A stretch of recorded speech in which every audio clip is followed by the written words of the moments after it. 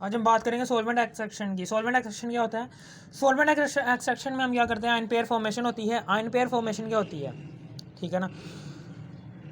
Solvent extraction के बारे में बात कर रहे हैं, उसमें टॉपिक है आयन पेयर एक्सट्रैक्शन का। आयन पेयर एक्सट्रैक्शन क्या होती है? आयन पेयर फॉर्मेशन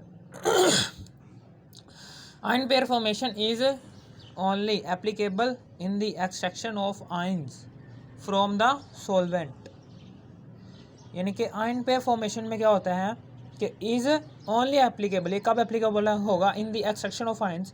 इसमें क्या होता है, इसमें आयन्स की एक्सट्रैक्शन होती है, आयन्स की एक्सट्रैक्शन होती है, आयन्स की एक्सट्रैक्शन होती है इसमें, ठीक है ना।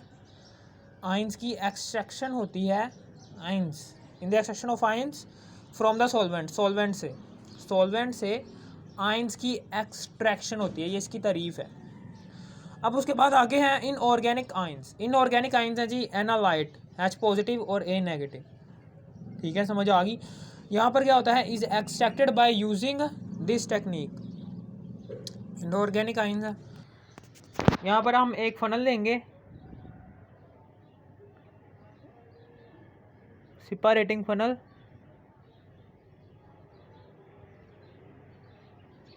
ऐसे करके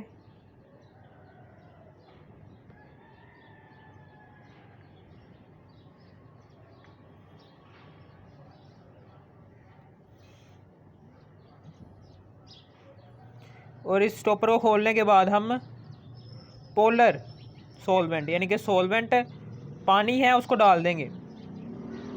ये हमने पानी डाल दिया,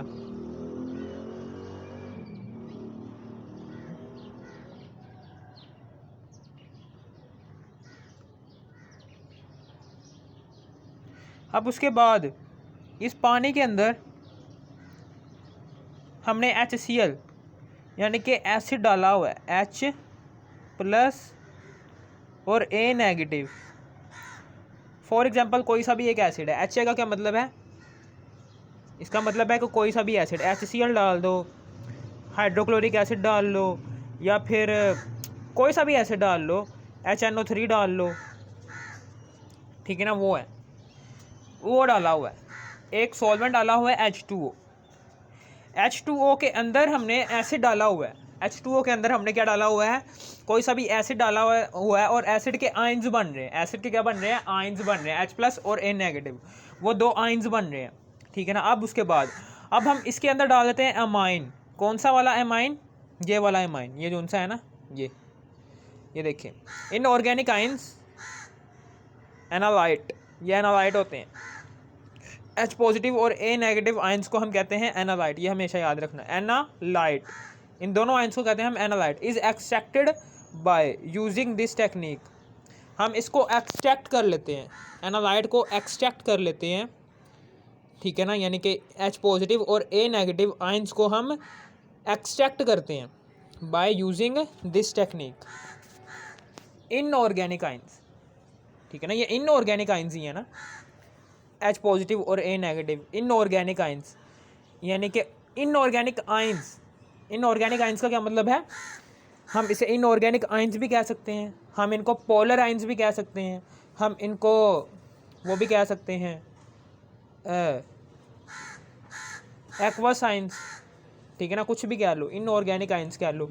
ऑर्गेनिक आयंस थोड़ी ना कह सकते हैं हम इसे, ऑर्गेनिक कंपाउंड के कभी भी आयंस नहीं बनते, हमेशा याद रखना। जो सा ऑर्गेनिक कंपाउंड होता है उसके आयंस नहीं बनता, इसलिए हम ऑर्गेनिक आयंस नहीं कह सकते, हमेशा इसको कहेंगे ये क्या है, इनऑर्गेनिक आयंस। इनऑर्गेनिक आयंस जो से हैं हम इसको एक्सट्रैक्ट करवा सकते हैं, हम इसको एक्सट्रैक्ट करवा सकते हैं दिस टेक्निक, इस टेक्निक के जरिए, आयन पेयर फॉर्मेशन के जरिए। अब क्या होता है, those organic compounds having high molecular weight is commonly used amine, ठीक है ना। दोज ऑर्गेनिक कंपाउंड यानी कि ऐसे ऑर्गेनिक कंपाउंड के जिनका मॉलिक्यूलर वेट क्या होता है, ज़्यादा होता है, is commonly used as amine. हम उन ऑर्गेनिक कंपाउंड्स को इस्तेमाल करते हैं, यानी कि जो सा हम ऑर्गेनिक कंपाउंड इस पोलर सॉल्वेंट के अंदर डालेंगे, उसका मॉलिक्यूलर वेट, यानी उसका मॉलिक्यूल का साइज़ बड़ा होना चाहिए और उसका वेट भी ज़्यादा हो, हाई मॉलिक्यूलर वेट। जाहिर सी बात है कि तीन अगर ऑर्गेनिक कंपाउंड्स आ रहे हैं, 3 ऑर्गेनिक कंपाउंड्स आ रहे हैं, तो जाहिर सी बात है कि मॉलिक्यूलर वेट ज़्यादा ही होगा ना, हाई मॉलिक्यूलर वेट होना चाहिए organic those organic compounds having high molecular weight. Those organic compounds यानी कि वो ऑर्गेनिक कंपाउंड्स के जिनका मोलिकुलर वेट हाई होना चाहिए इज़ कॉमनली यूज्ड, हम उसको कॉमनली यूज्ड करेंगे इस पोलर सॉल्वेंट के अंदर। उन ऑर्गेनिक कंपाउंड को डालेंगे कि जिनका मोलिकुलर वेट क्या हो, ज़्यादा हो। फॉर एग्जांपल हम डाल देते हैं इसे, यानी कि इसको एन डाला, यहाँ पर ये जो सा है ये बॉन्ड है, बॉन्ड आर और बॉन्ड आर। फिर उसके बाद नाइट्रोजन है, नाइट्रोजन ये आर का क्या मतलब है, अल्काइल है, अल्काइल रेडिकल C2H5, फिर उसके बाद C2H5, फिर उसके बाद C2H5, ये एमाइन डाल दिया। अब ये जैसे ही हम एमाइन को डालेंगे ना इसके अंदर, तो अब क्या होगा, अब हमेशा याद रखना कि जो सा एमाइन होगा ना, ये एमाइन क्या करेगा, ये एमाइन क्या करेगा, अब उसके बाद ये एमाइन भी डाल दिया हमने, यहाँ से हमने स्टॉपर खोला, एमाइन भी डाल दिया, अमाइन नीचे आ गया, यहाँ पर आ गया अमाइन, यानी कि नाइट्रोजन बॉन्ड C2H5, फिर बॉन्ड, फिर C2H5, फिर बॉन्ड, फिर C2H5। अब हम क्या करेंगे, अब हम हाइड्रोजन, ये जो सा पॉजिटिव आयन होगा ये क्या करेगा, ये इसके साथ अटैच्ड हो जाएगा जाके, ठीक है ना, समझ आ गई।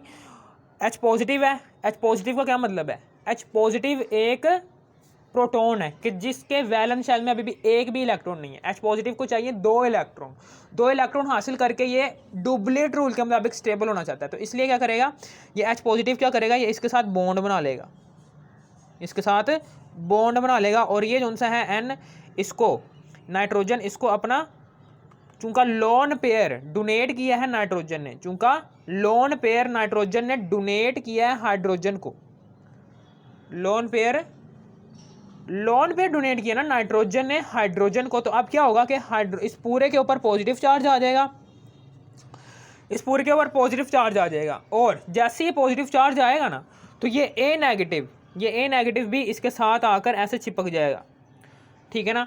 ए नेगेटिव, चूंकि आपको पता है कि पॉजिटिव और नेगेटिव आप इसमें अट्रैक्शन रखने की वजह से एक दूसरे के साथ चिमट जाएंगे, तो इस तरीके से ये पॉजिटिव और नेगेटिव आप इसमें चिमट गए, और यहाँ पर ये वाला कंपाउंड तैयार हो गया, ठीक है ना, समझ आ गई। अब क्या होगा, ये एक नॉन पोलर कंपाउंड है, ये कौन सा कंपाउंड है, एक नॉन पोलर कंपाउंड है। अब चूंकि ये नॉन पोलर कंपाउंड है, आपको पता है ना कि इसके आयन्स नहीं बन रहे, नॉन आयनिक सब्सटेंस बन गया, अभी ये नॉन आयनिक सब्सटेंस होगी, तो अब हम जो सा ऊपर CCl4 लेंगे, कोई सा भी ऑर्गेनिक कंपाउंड डालेंगे, कोई सा भी ऑर्गेनिक सॉल्वेंट अगर हम ऊपर डालेंगे ना, तो वो ऑर्गेनिक सॉल्वेंट क्या करेगा, ऑर्गेनिक सॉल्वेंट जो सा होगा ना, वो इस नॉन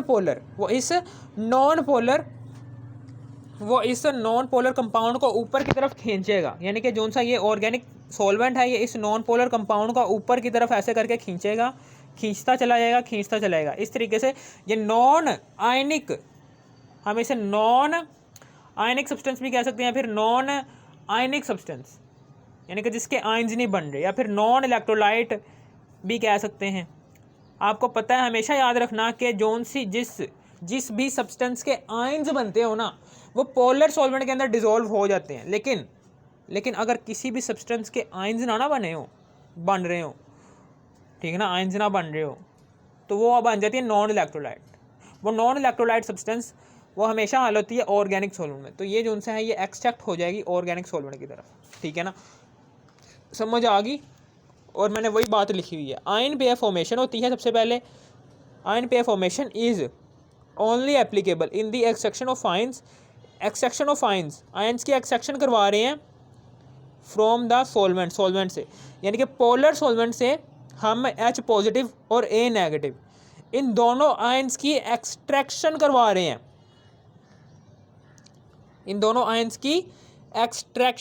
रहे हैं, बाय एक ऑर्गेनिक कंपाउंड के ज़रिए, ठीक है ना, इन दोनों आयन्स की एक्सट्रैक्शन करवा रहे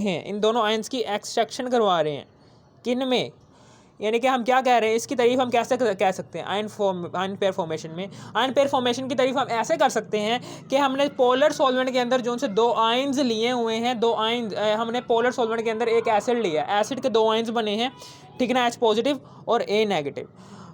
इन दोनों आयन्स की हम एक्सट्रैक्शन करवा रहे हैं एक ऑर्गेनिक सॉल्वेंट के अंदर। वो ऑर्गेनिक सॉल्वेंट जो सा होगा वो CCl4 है, ठीक है ना, कार्बन टेट्राक्लोराइड है।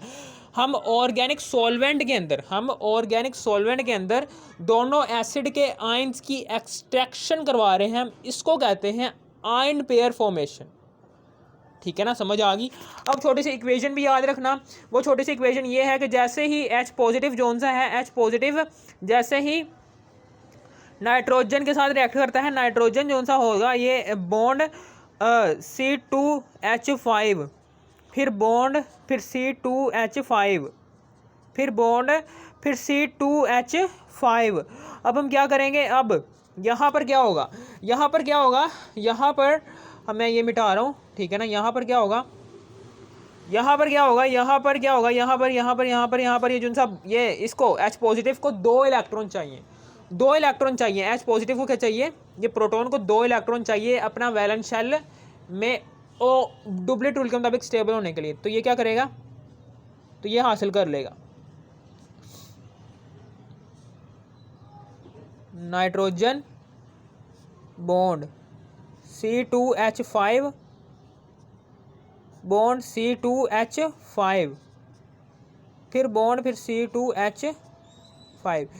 नाइट्रोजन क्या करेगा, ये इसको अपने दो जो उनसे इसके दो एक लोन पेयर है वो इसको डोनेट कर देगा, और फिर उसके बाद जैसे ये डोनेट करेगा तो ये हो जाएगा स्टेबल, और इस पूरे के ऊपर एक पॉजिटिव चार्ज आ जाएगा, इस पूरे के ऊपर क्या चार्ज आ जाएगा, पॉजिटिव। अब जैसे ही पॉजिटिव चार्ज को A नेगेटिव, यानी कि एसिड का जो सा नेगेटिव आयन है, यानी कि एसिड है, मिसाल के तौर पर ये दो एसिड में से कोई सा भी एसिड ले लो, एक H पॉजिटिव है और Cl नेगेटिव है, या फिर HNO3 ले लो, HNO3 ले लो, उसमें से जो सा H पॉजिटिव निकला है और NO3, यानी कि H पॉजिटिव का तो काम कर दिया है। H पॉजिटिव जो सा है वो डुप्लीट रूल के मुताबिक स्टेबल होने के बाद उस ऑर्गेनिक कंपाउंड को पूरे को पॉजिटिव चार्ज में कन्वर्ट कर दिया। अब क्या होगा कि एसिड के जो से नेगेटिव आयन्स होंगे ना, इन दोनों में से अगर कोई सा भी आप एसिड लेते हो, HCl लेते हो, HNO3 लेते हो, उसका H+ जो सा होगा